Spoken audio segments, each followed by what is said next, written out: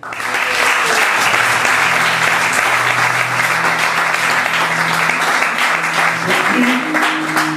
tu puisses entendre l'intégralité de ce message parce que c'est très très important. Apocalypse chapitre 2, versets 1 à 4. Alors, c'est quoi le nom de notre série actuelle? Love and Patience. C'est quoi? Love and Patience. Il y en a, ils ont amélioré l'accent. Je sens ça, je sens qu'ils se sentent qu'il y a la maison. Love and Patience. Love and... Le pasteur a toujours dit Love and Patience. Ok. Alors cette série va nous aider à comprendre l'amour de Dieu pour nous, à aimer Dieu davantage et aider les gens. Love by God, love God and love people. J'ai pas compris. Ok. Apocalypse chapitre 2, verset 1 à 4. On y va. Écrit à l'ange de l'église d'Éphèse. Voici ce que dit celui qui tient les 7 étoiles dans sa main droite. Celui qui marche au milieu des 7 champs. Je connais tes œuvres, ton travail et ta persévérance. Je sais que tu ne peux supporter le méchant que tu as éprouvé, ceux qui se disent des apôtres et qui ne le sont pas, et que tu les as trouvés menteurs. Attendez, c'est pas ici. Verset suivant. Verset 3. Que tu as de la persévérance, que tu as souffert à cause de moi, et que tu ne t'es point. Mais ce que j'ai contre toi, c'est que tu as abandonné ton. Souviens-toi donc d'où tu es tombé. Repends-toi et pratique tes premières œuvres, sinon je viendrai à toi et je ferai ton chandelier de sa place à moins que tu ne te repens. Avant de commencer, je vais expliquer le contexte de cette lettre. Parce que plusieurs d'entre vous, des fois, vous lisez Apocalypse, il y a des choses que vous peut-être ne saisissez pas. L'apôtre Jean, quand il écrit cette lettre, il est en exil sur l'île de Patmos. Il va recevoir la visitation du Seigneur Jésus qui lui demandera d'écrire ce qu'il lui montrera et dira. Lorsqu'il recevra, il y aura les instructions que le Seigneur Jésus va donner à cette église d'Asie mineure qui se situe actuellement en Turquie. Alors, l'apôtre Paul va avoir une vision. Le Seigneur va lui parler et va lui dire voici ce que tu écriras pour cette église d'Asie mineure. Cette église d'Asie mineure se situait autour d'Éphèse, la Odyssée, c'est vraiment en Turquie, à l'ouest de la Turquie. L'histoire de l'église d'Éphèse, nous la connaissons dans le chapitre 19 du livre d'Actes. Si vous voulez voir à quel moment l'église d'Éphèse a pris commencement, c'est dans le livre d'Actes au chapitre 19. C'est à ce moment-là qu'on voit Paul aller à Éphèse et pouvoir gagner la ville d'Éphèse. On nous explique un peu. C'est important que je vous donne le contexte. Lorsque Paul arrive à Éphèse, il trouve en fait une ville déjà, une espèce de métropole. Pourquoi? Parce qu'Éphèse, c'était un endroit où les marchands passaient, il y avait aussi un grand centre politique, et là-bas on adorait ce qu'on appelle la Diane d'Éphèse, ou encore appelée Artémis. Il faut savoir que le temple qui était là-bas, je crois que c'était le plus grand temple qui était dédié à Artémis ou à Diane, c'était un très grand temple, et qui avait vraiment une très grande symbolique pour l'Asie en fait, parce que beaucoup de gens venaient jusque-là adorer Artémis. Pour ceux qui voulaient avoir l'information, ce temple même était une banque. Les gens pouvaient y déposer leur argent et récupérer leur argent. Lorsque Paul arrive à Éphèse, au départ, il va aller dans une synagogue et pendant 2 mois, il va prêcher, mais les gens ne vont pas recevoir la parole. Ensuite, la Bible nous explique que Paul va aller dans un autre endroit avec un ange, je ne me rappelle plus son nom, et qu'il va comme à faire des réunions, il va prêcher. Les théologiens nous expliquent qu'il va prêcher jusqu'à tard des fois la nuit. Donc le matin, il était au marché, il travaillait, et l'après-midi, quand tout le monde a arrêté de travailler, Paul allait prêcher l'évangile. Mais Éphèse n'est pas une ville comme les autres. Mais Éphèse n'est pas une ville comme les autres. Je voudrais prendre des exemples ici en Guadeloupe d'Éphèse, mais les gens des communes-là ne vont pas m'aimer ici. Éphèse, c'est le genre de ville où c'est là-bas qu'on va voir les galettes à faire. C'est là-bas qu'on va voir les cacouets. C'est là-bas qu'il y a les chapelles. Non, je ne parle pas d'une ville, c'est pas tranquille. Je dis juste que c'est là-bas qu'on vient chercher les choses qui sont liées à l'occultisme. Écoutez, l'apôtre Paul, à un moment, il va prêcher l'évangile. Il y aura des miracles, il y aura des signes, il y aura des prodiges. Les gens vont accepter le Seigneur. La Bible nous dit que les hommes et les femmes vont amener leurs arts magiques, leurs livres d'occultisme, c'est-à-dire que tous les bouquins qu'ils avaient, qui parlaient des autres dieux, ils vont les amener. La Bible explique que ça va valoir 50 000 pièces d'argent, ce qui équivaut aujourd'hui à près de 1 million d'euros. 1 million d'euros l'outil pour faire la sorcellerie. Ils vont ramener ça, ils vont brûler ces choses, ils vont confesser. Sauf qu'à un moment, il va avoir un grand problème pour l'église d'Éphèse. C'est que je vous ai dit que la diane d'Artémis, dans son temps, il y avait quand même un aspect financier. Et là-bas, à Éphèse, les hommes, il y avait des orfèvres, des orfèvres. Et ils fabriquaient des ustensiles et des statuettes de la diane d'Éphèse afin de revendre cela. Sauf que le fait que Paul gagne les gens à Christ, mais les gens n'achètent plus trop les ustensiles pour faire l'occultisme, les rites païens. Et donc le commerce de ces gens-là va être énormément touché. Et il y aura même un mouvement de foule qui va se faire. On peut le voir dans la Bible. Je vais déjà reprendre le texte qui nous explique à quel moment les gens vont abandonner les livres magiques. Actes chapitre 19, verset 18 à 20. La Bible nous dit, est-ce qu'on peut lire ensemble?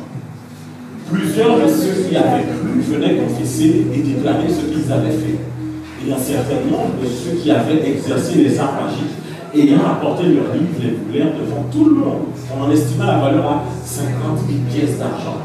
C'est ainsi que la parole du Seigneur croissait en puissance et en force. On va aller plus loin, 19, alors 24 à 27, voilà. Il dit, un homme nommé Démétrius. Dis-moi Démétrius. Orfèvre fabriquait en argent des temples de Diane et procura à ses ouvriers un gain considérable. Il les rassembla avec ceux du même métier. Ça veut dire qu'il allait chercher ses ouvriers et ses collègues de travail aussi. C'est comme si tous les sorciers de la ville se rassemblent.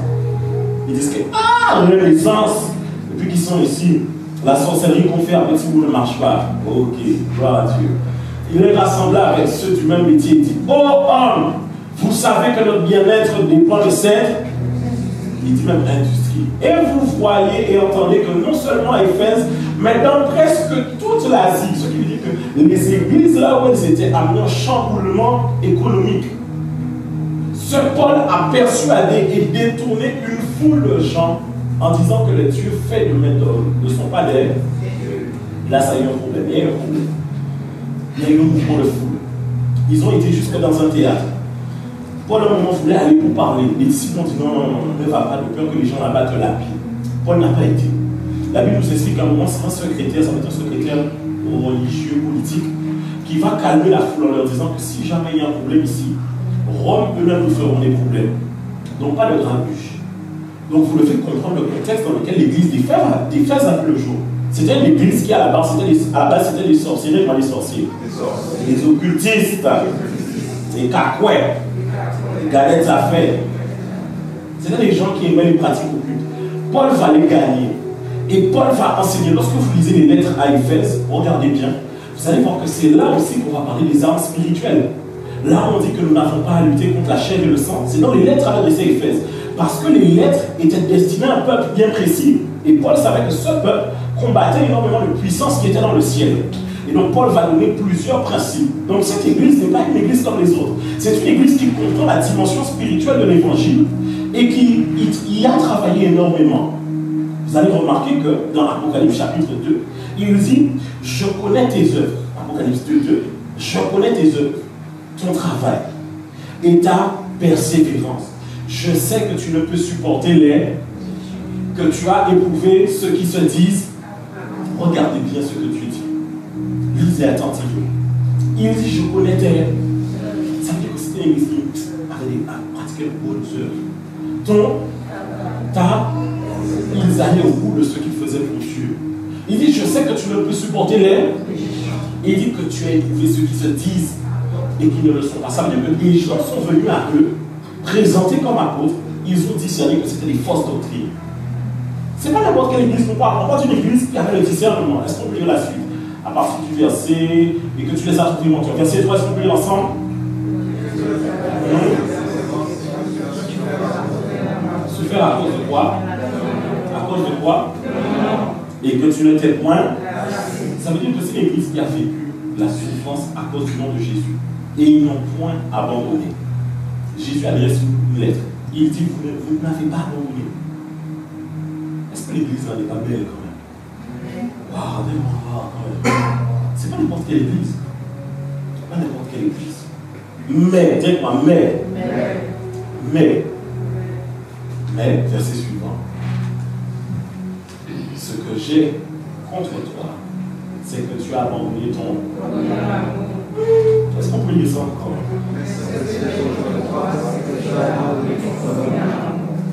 Comment Jésus peut parler à l'église là? Je dis que voilà, vous avez fait de trop bonnes œuvres, les gars. Vous avez trop bien travaillé. Vous êtes persévérants. Vous allez jusqu'au bout. Waouh! Vous n'avez point abandonné. Mais ce que j'ai contre toi, c'est que tu as abandonné ton... Ça veut dire quoi? Ça veut dire qu'il est possible de pratiquer de bonnes œuvres, de donner un bon travail, d'être persévérant, de souffrir à cause du nom de Jésus, de ne pas se lasser, mais tout de même d'avoir abandonné votre premier amour. Ce qui veut dire que oui, cette église était une église vivante, mais ils étaient arrivés à un point où ils faisaient tout ce qu'ils faisaient, mais leur cœur n'était plus réellement attaché à Dieu lui-même. Et l'histoire de cette église peut nous parler à tout chacun, parce que nous oublions souvent le commencement de toutes choses, nous oublions là où tout a commencé. Nous acceptons Christ avec énormément de zèle, énormément de ferveur, d'amour pour notre Seigneur Jésus. Nous décidons de le servir, d'accomplir des choses pour lui, mais plus le temps passe, nous faisons ce que nous faisons parce que nous nous disons que nous devons le faire. Est-ce que je parle à quelqu'un? Je vais aller doucement, tranquillement. Nous pratiquons les œuvres qu'un chrétien devrait faire et nous y attelons, mais nous oublions la grande question. Pourquoi je fais ce que je fais? Pourquoi je fais ce que je fais? Et c'est la grande question que je peux te poser ce matin et que tu peux poser à ton voisin. Demande-lui, pourquoi fais-tu ce que tu fais? Non, demande-lui vraiment. Je vois qu'il ne veut pas te regarder. Il sent qu'elle commence à être gênée au début. Au début, tu me saches que je suis gêné comme ça. Tu peux m'être gêné là, alors je vais commencer. Dis-lui, pourquoi tu fais ce que tu fais? Pourquoi je fais ce que je fais? Renvoie à la motivation, l'état d'esprit dans lequel je fais ce que je fais. Nous devenons parfois semblables à un couple marié qui, pour chaque anniversaire, s'offre des cadeaux. Pour chaque Saint-Valentin, vont au restaurant, ont même de l'intimité dans la chambre, se rendent service, mais au final, il n'y a plus d'amour. Ils sont dans la même maison, remplissent le devoir d'un époux et d'une épouse, mais ne sont que colocataires. Ils sont des étrangers, habitant sous le même toit, mais l'amour n'est plus présent. En fait, vous connaissez tous ces couples mariés qui se souhaitent joyeux anniversaire. Ils offrent des cadeaux précieux. Je ne parle pas de faux cadeaux. Je ne parle pas de faux oui. J'avais cité des marques, mais ce n'est pas bien. Je ne parle pas de faux trucs. Je parle de précieux cadeaux. Là, pour l'anniversaire, ils t'offrent l'iPhone 12 Pro Max, 512 Go, couleur or. Il te dit, mais tu as besoin d'un iPad, ça, iPad Pro, 512 Go. Il te dit, ah, mais bébé, je vois qu'en ce moment, tu as besoin d'un truc pour travailler. MacBook Pro 16 pouces à 3500 €. Il te dit, bébé, mais tu as besoin de lunettes. Tom Ford. Et puis, bébé, tu as besoin quand même de quelque chose pour bien taper, parce qu'en ce moment, tes ongles, tu vas mal taper sur le... Va faire la manicure. C'est un chouï. Il t'offre tout ça, mais il n'y a plus d'amour pour toi. Et vous voyez, beaucoup de gens sont des fois dans ces situations sous le même toit. Ils s'offrent beaucoup de choses, font des choses, mais ils les font par devoir, non plus parce qu'ils s'aiment réellement. Quand en fait, ils mettent le réveil de l'anniversaire, pas par amour pour souhaiter joyeux anniversaire, mais puis par leur élan. C'est ça. Il n'y a plus vraiment d'amour. Le cœur n'est plus réellement pour les choses de Dieu. Et parfois, nous sommes semblables à cela. Parce que le Saint-Esprit habite au-dedans de nous. En Corinthiens 6:19, ne savez-vous pas que votre corps est le temple du Saint-Esprit? Le Saint-Esprit est en vous, mais il est comme un étranger à l'intérieur de vous. Vous allez à l'église le dimanche, la semaine, mais par devoir. Parce que vous savez que le pasteur a dit qu'un chrétien va à l'église. Donc je vais à l'église par devoir. Je sers le Seigneur par devoir. Je fais tout ce que je fais par devoir. Mais mon cœur est éloigné de celui que je sers. Je suis souvent dans la présence de Dieu, mais je ne suis pas dans le cœur de Dieu. Ou Dieu n'est pas dans mon cœur. Souvent à l'église. Mais la grande question est, si tu fais ce que tu fais, mais pourquoi le fais-tu? Je vais te poser cette question sincèrement. Et je la pose à moi-même. Souvent, je m'arrête avec ma femme et on prend des grandes discussions. Je lui dis, j'essaie toujours de checker si on est bien là où Dieu nous veut et si on a ce que Dieu veut que nous puissions accomplir. Si je ne me suis pas détourné à un certain moment, s'il n'y a pas un moment où mon cœur n'est plus réellement face au cœur de Dieu, parce que ce que je fais, je ne le fais pas pour l'argent, je ne le fais pas pour la notoriété, je le fais parce que j'aime mon Dieu. Je l'aime. Et je vous l'ai dit la semaine dernière, si ce que vous faites, vous ne le faites pas par amour, alors c'est qu'il y a un problème quelque part. On n'accepte pas Jésus parce qu'on a peur d'aller en enfer, bien que l'enfer existe. Parce que si aujourd'hui on disait que l'enfer n'existe plus, est-ce que viendrez-vous à l'église? Si je dis aujourd'hui l'enfer n'existe plus, est-ce que vous allez quand même venir vous asseoir dimanche après dimanche? Peut-être pas. Parce que vous allez dire, mais pasteur, oh, c'était bien, merci pour le Bible Meetup, merci pour l'invitation, ciao, bye bye. Ciao. Souvent même, regardez, on le voit même dans les causes financières. Vous savez pourquoi les gens ont beaucoup de frustration lorsqu'ils sèment dans la maison de Dieu? Parce qu'ils donnent pour recevoir. Et qu'ils ne donnent pas parce qu'ils aiment. Ouais. On ne donne pas à Dieu parce qu'on attend de recevoir. Parce que viendra ta foi si tu donnes et que tu ne reçois pas? Parfois, vous servez Dieu pas pour ce qu'il est, mais pour ce qu'il donne. Pas pour ce qu'il est, mais pour ce qu'il fait. Beaucoup viennent à l'église parce qu'ils se disent que moi, je veux que l'on me voie prêcher la parole de Dieu. Moi, je cherche une femme. Moi, je sais qu'il y a des hommes qui viennent à l'église parce qu'ils cherchent les madames. Et il y a des femmes qui viennent aussi à l'église parce qu'ils cherchent les hommes. Sauf que le problème, c'est que si tu viens à l'église parce que tu cherches un peu parce que tu cherches un travail, tu cherches de l'argent, tu cherches la notoriété, tu cherches la guérison, si Dieu ne t'apporte pas ce que tu désires, viendras-tu encore à l'église? Je sais, je suis en train de titiller. Je sais, comme les petites pinces qu'on va chercher la chair de la mousse dans les pattes. C'est ça là que je suis en train de faire et je vais chercher au fond. Parce que Dieu me dit que souvent, les motivations ne sont pas pures. Et notre cœur n'est pas pur devant lui. Est-ce que je peux avancer? J'aimerais dire à quelqu'un que le servir est important. Et Dieu a même félicité l'Église d'Éphèse pour cela. Il a parlé de leur persévérance. Mais ce que tu ne dois pas oublier, c'est pourquoi tu fais ce que tu fais. Et ce qui doit te motiver par-dessus tout, c'est l'amour que tu as pour Jésus. Jésus n'est pas allé à la croix par service rendu. Il n'est pas allé à la croix simplement parce que c'était sa mission. Il n'a pas fait tout ce qu'il a fait parce que c'était juste son cahier des charges. Il l'a fait parce qu'il nous aime. Je dis que Jésus lui-même n'a pas été à la croix parce que c'était juste ce qu'il devait faire. Il a été à la croix motivé par l'amour. Motivé par l'amour. Vous servez Dieu, comme je disais, pour qu'il vous donne le mariage, la prospérité, la reconnaissance des hommes, une guérison. Arrêteriez-vous de servir si Dieu ne vous accorde pas ces choses? Continuerez-vous à vous asseoir ici si Dieu ne vous accorde pas ces choses? Et moi, ça me met des fois dans un mal-être total. Parce que je vois les gens avec une grande foi. Pasteur, je veux ça. Je dis, tu l'auras. Mais des fois, dans mon cœur, je sens qu'il ne l'aura pas. Et j'ai dit, Seigneur, pardonne-moi la voix, dit que tu l'auras. Des fois, le pasteur aussi, il faut être vrai. Et des fois, je me dis non. Et je reviens, je dis, non, en fait, tu sais, le Seigneur me montre que tu vas galérer beaucoup à fond. Et souvent, je reçois des gens d'entretien. Et ceux qui me connaissent savent que mon point le plus important, c'est l'amour de Dieu, n'est-ce pas? Moi, ça a toujours été ça. Quand je reçois des gens d'entretien, je dis toujours aux gens, tu as accepté Jésus, c'est bien.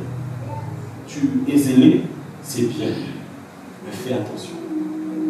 Parce que le diable enverra des choses afin de refroidir cet amour que tu as pour Dieu. Vous acceptez Dieu, vous êtes heureux et content. Mais vous ne faites pas attention à cet amour que vous avez pour lui. Vous n'avez pas à faire attention. Nous devons avoir cette mentalité, et on va la voir dans Daniel chapitre 3, versets 15 à 18.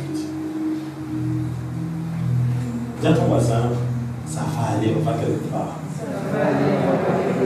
Est-ce qu'on peut lire tous ensemble? 1, 2, 3.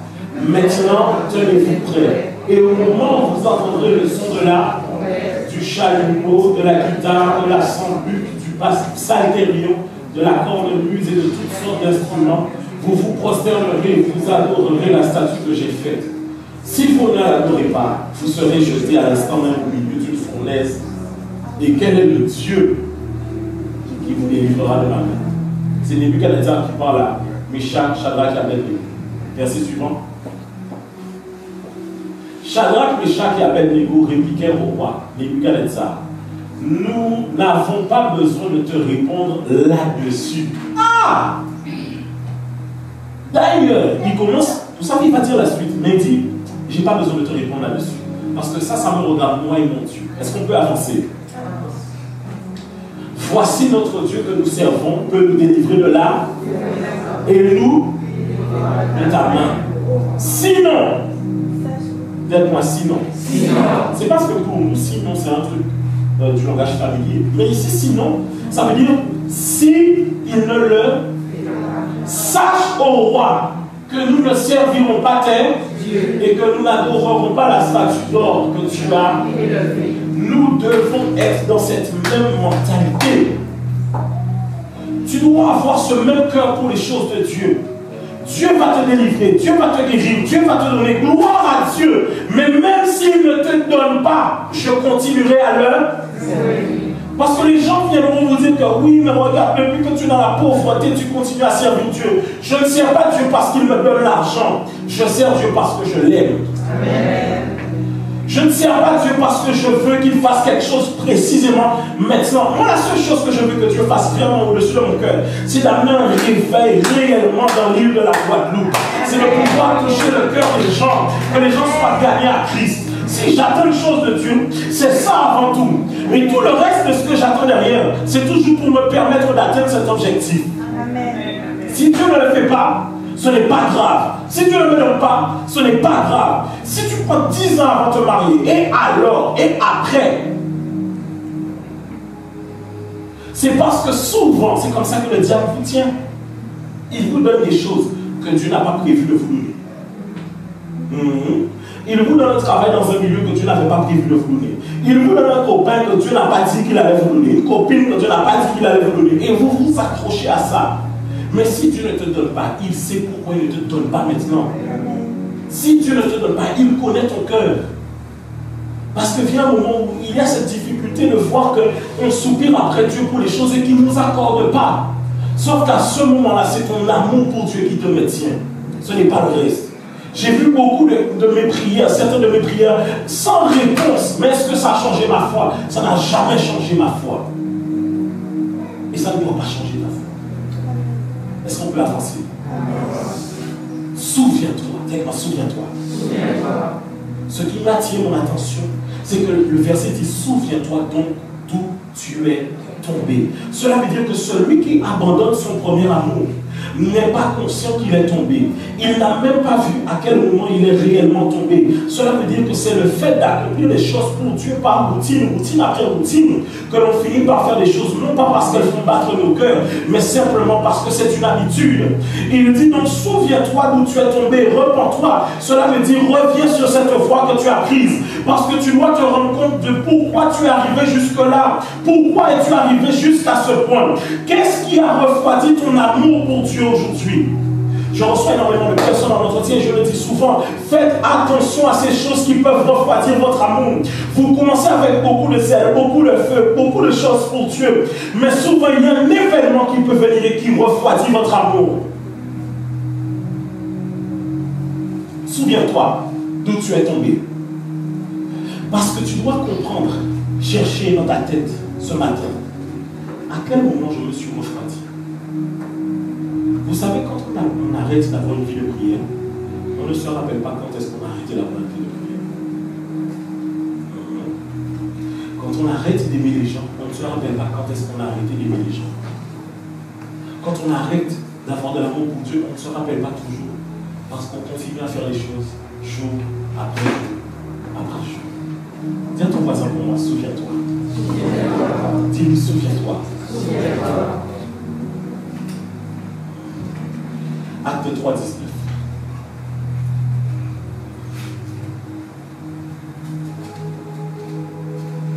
On peut lire ensemble. Acte 3, 19. Repentez-vous donc et convertissez-vous pour que vos péchés soient, afin que les temps de rafraîchissement viennent de la part. Dieu dit dans sa parole qu'après la repentance et une réelle conversion qui vient du cœur, il enverra un temps de rafraîchissement. Vous devez donc comprendre l'enjeu qu'il y a derrière cette parole.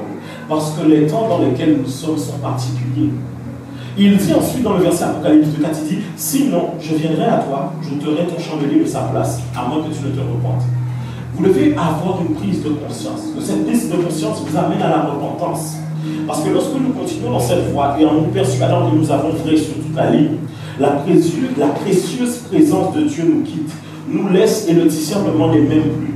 Car dans le temps, c'est le chandelier qui l'éclairait, le menorah. Et les temps où nous sommes sont très délicats, car la Bible dit dans Matthieu 24, 13, et parce que l'iniquité se sera accrue, l'amour du plus grand nombre sera. Regardez aujourd'hui le nombre de personnes qui étaient croyantes, le nombre de personnes qui étaient fidèlement engagées à Dieu. Regardez les gens qui, il y a 5 ans, 10 ans en arrière, ceux-mêmes qui vous ont amenés à Christ. Est-ce qu'aujourd'hui elles sont toujours à Christ? Parce que l'amour peut être touché. L'amour peut être touché. Mon message ce matin, il est très simple. Comme la semaine dernière.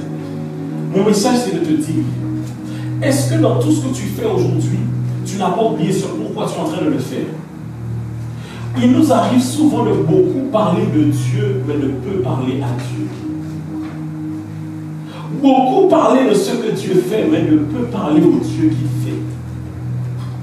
Souvent, il nous arrive de faire beaucoup de choses pour le royaume, mais de ne plus avoir notre cœur pour les choses du royaume. Mais ce matin, je suis venu te dire ce matin que le Seigneur veut avoir une nouvelle rencontre avec toi. Le Seigneur veut renouer cette relation avec toi. Il ne veut pas simplement que tu viennes dimanche après dimanche à l'église. Il veut que tu reviennes sincèrement près de son cœur.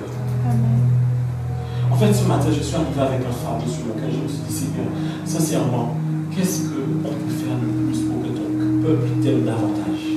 Qu'est-ce que l'on peut faire de plus pour que ton peuple t'adore davantage? Qu'est-ce que l'on peut faire de plus pour que ton peuple ait un amour si passionné pour toi? Dis à ton voisin, dis-le voisin.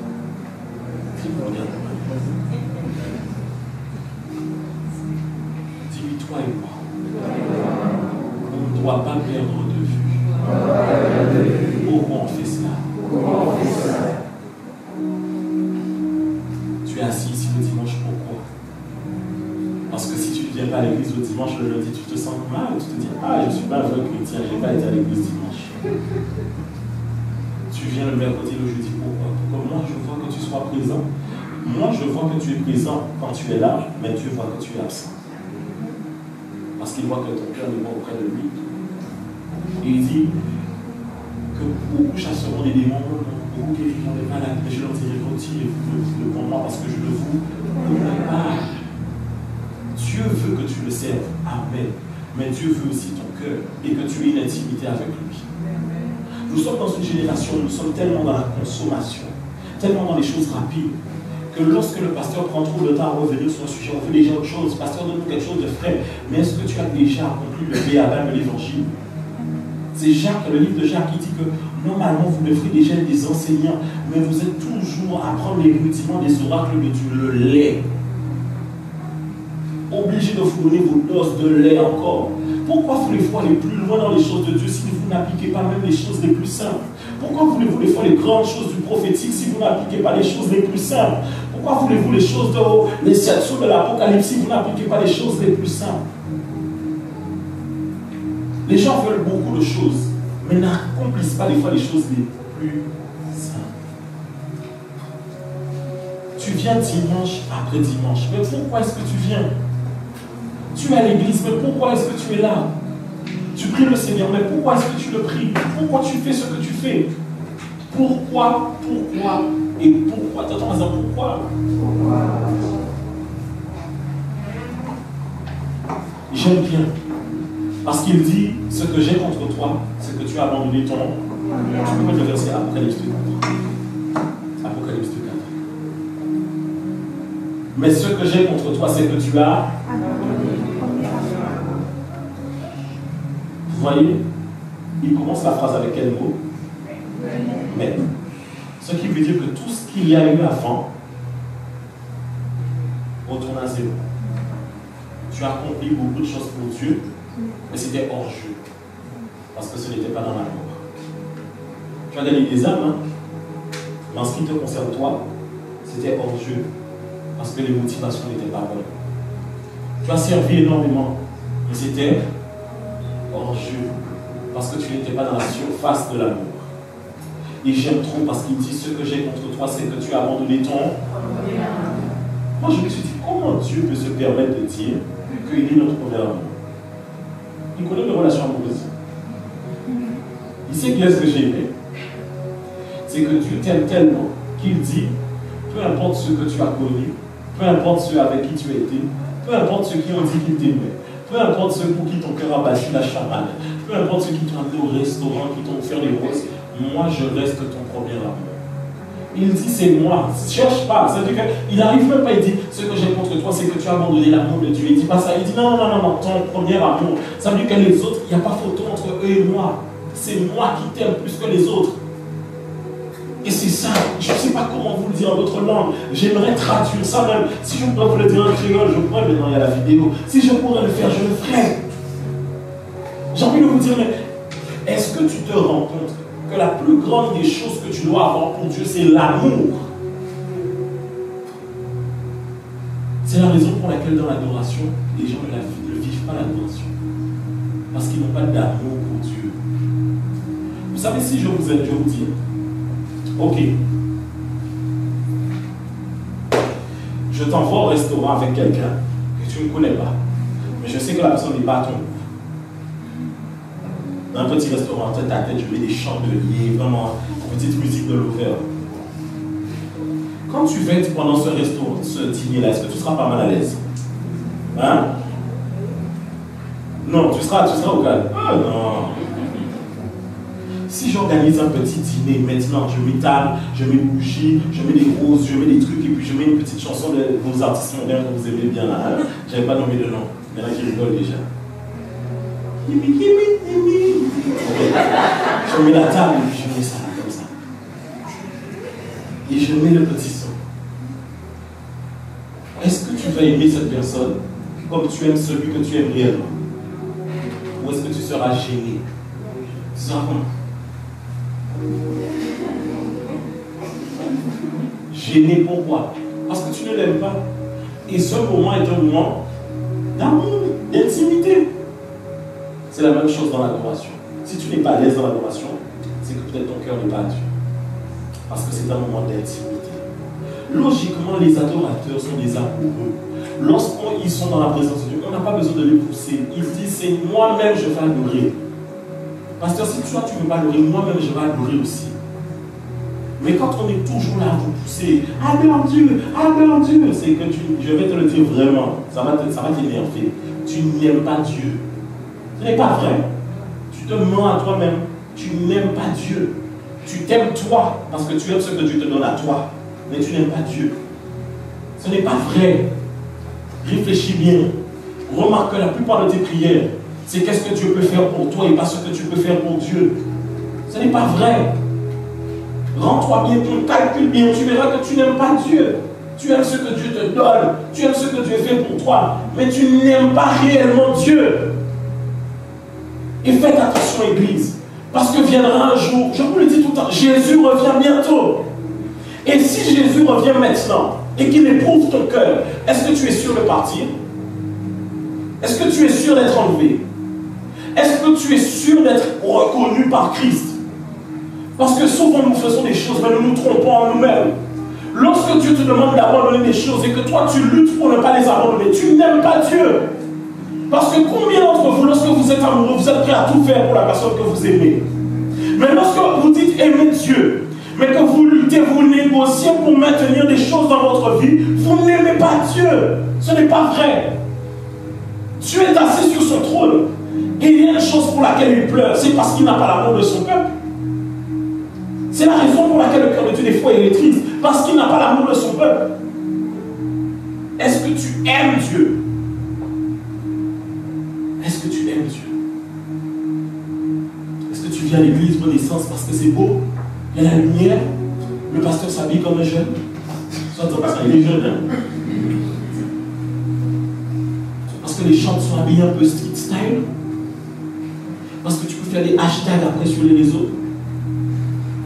Parce que Dieu va sauver ta famille. Ou est-ce que tu viens à l'église parce que tu l'aimes profondément? Ce matin, je suis rentré. Je me suis assis. Il dit, quand tu m'en dis, ça va? Ça n'allait pas parce que je me suis dit, ah, est-ce qu'on aime réellement Dieu? Est-ce qu'on aime réellement Dieu? Je me dis, Seigneur, franchement, j'ai l'impression qu'on ne t'aime pas assez. J'ai l'impression qu'on ne t'aime pas assez. J'aimerais qu'on puisse lire un verset là, ça à la fin. Romains chapitre 8, verset 35 à 39.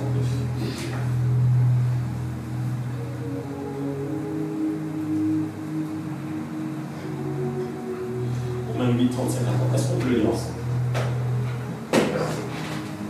1, 2, 3.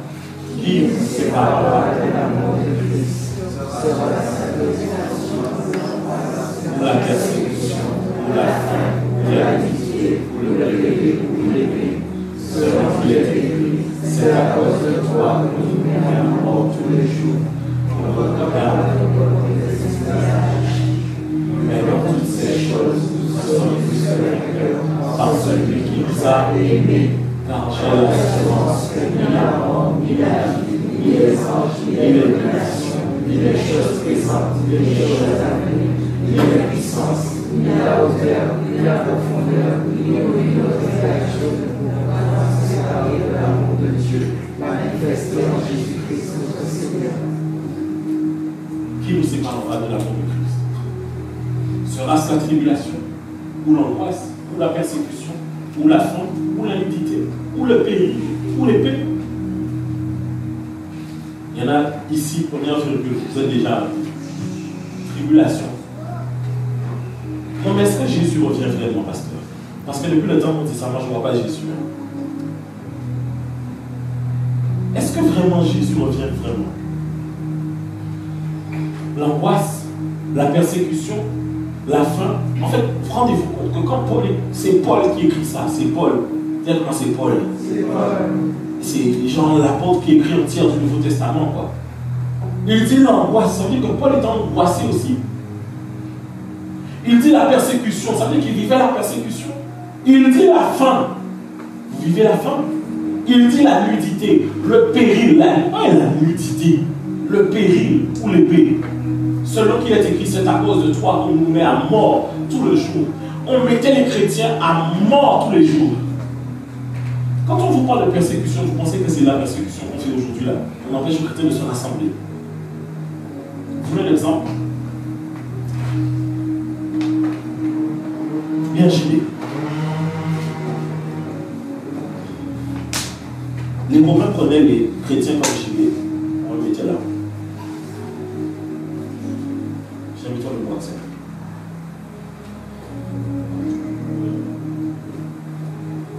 Tiens-toi.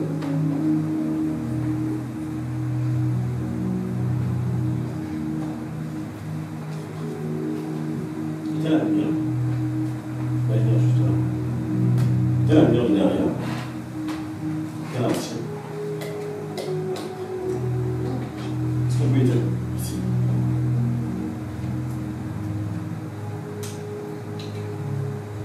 Vous voyez, il fait beaucoup plus sombre, n'est-ce pas? Donc la nuit, qu'est-ce qu'on utilisait pour voir? C'est quoi? Dans la rue, Des torches.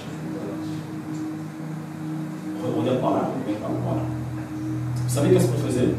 On les prenait. On les attachait. On les mettait sur un bout de bois et on les suspendait les uns et les autres et on les allumait vivants pour qu'ils servent de torches dans les rues. Les chrétiens étaient brûlés vifs pour qu'ils servent de torches dans les rues. C'était leur corps et leur cri qui servaient d'éclairage dans la nuit. C'était ça la persécution.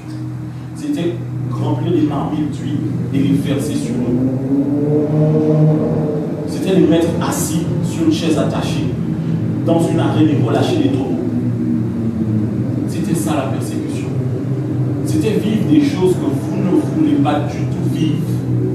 C'était les mettre assis quelque part, arracher chaque ongle, les écarter. C'était les scier en deux, les scier. Et ce n'était pas les scies modernes de maintenant. Mais quand tu passes le coup de scie, là, ça passe vite. C'était les scies, ça fait il faut que l'os se craque et couper en deux. C'était ça la persécution. Il dit, c'est à cause de toi que on nous met à mort tout le jour. Parce qu'il regardez, c'est romain, n'est-ce pas? C'est-à-dire qu'il écrit cette lettre-là aussi. À qui? À Rome. Et c'est à Rome qu'on faisait ces choses. Il dit qu'on nous regarde comme des brebis destinées à la boucherie. Ça veut dire que quand on voyait les chrétiens, on se disait ça avec eux là, on va faire le mal qu'on veut faire. Et il dit, mais dans toutes ces choses, nous sommes. Comment un homme qui souffre comme ça peut dire qu'il est plus que vainqueur? Regarde des fois comment tu te plains pour des choses que tu vis comme si c'est la fin du monde. Comment des gens qui vivaient des choses comme ça arrivent à dire, nous sommes plus que. Dans la mort, nous sommes plus que vainqueurs. Car j'ai l'assurance que ni la mort, ni la vie, ni les anges, ni les dominations, ni les choses présentes, ni les choses à venir, ni les puissances, ni la hauteur, ni la profondeur, ni aucune créature ne pourra nous séparer de l'amour de Dieu manifesté en Jésus-Christ notre Seigneur. Rendez-vous compte, quand il écrit cela, il ne parle pas d'une simple vie où on vous harcèle sur Twitter, sur Facebook et sur Instagram. Ce n'est pas de ça qu'il parle. Il parle de gens qui mourraient pour l'évangile. Donc, moi je te pose cette question, ou pour même la première fois, est-ce que tu as abandonné ton premier amour? C'était mon message pour ce matin.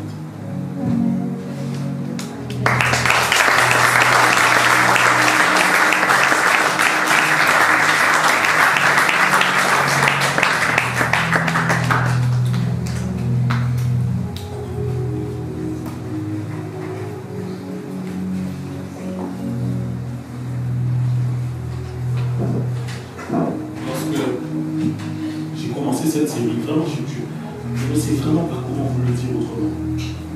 Mais lorsque j'ai commencé cette série, j'ai dit, Seigneur, challenge le cœur de tes bien-aimés et qu'il t'aime davantage. Est-ce que tu es prêt à mourir pour l'évangile? Tu es prêt à être sacrifié pour les choses de l'évangile? Si aujourd'hui on te disait qu'on te prend et on tue tes enfants devant toi, est-ce que tu vas renier la foi? Si aujourd'hui on te dit qu'on va te couper chaque membre l'un après l'autre, avant de te tuer, est-ce que tu vas abandonner la foi? C'est là où je dis que le christianisme est devenu light. Parce qu'on n'est pas prêt. Quand le diable va vouloir commencer à taper l'église, ça va être délicat. Parce que les gens ne sont pas prêts à ça. Les gens ne sont pas prêts. Au premier arrivé, ils vont dire c'est mieux, on ne veut pas. On ne veut pas. Et moi-même, je me remets en question là-dedans. Je me dis, Seigneur, est-ce que je t'aime autant que je le dis? Est-ce que quand je viens devant cette assemblée, je ne suis pas en train de faire semblant? Je ne suis pas en train de prêcher des choses que je ne vis pas, des choses que je n'expérimente pas.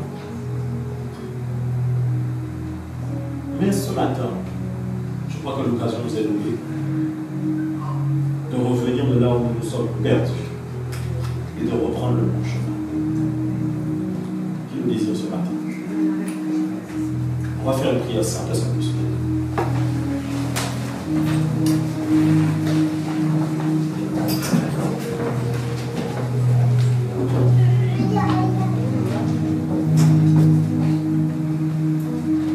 Viens avec moi, Saint-Esprit. Saint-Esprit, Merci pour ta parole. merci pour ta parole. Que nos cœurs soient attachés à toi. Nous te demandons pardon. Parce que bien souvent, nous pensons t'aider. Mais nous nous mentons à nous-mêmes. Et ce matin, d'un cœur sincère, nous exposons cela. Et décidons. Nous prenons la décision de revenir à toi. Pardonne-nous. Parce que nous faisons les choses pour nous-mêmes, mais pas pour toi. Pardonne-nous.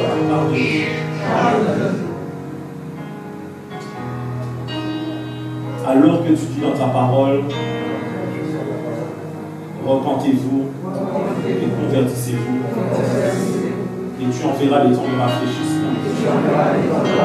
Rafraîchis nos cœurs ce matin, aide-nous à revenir à toi, et que nous puissions vivre, Seigneur mon Dieu,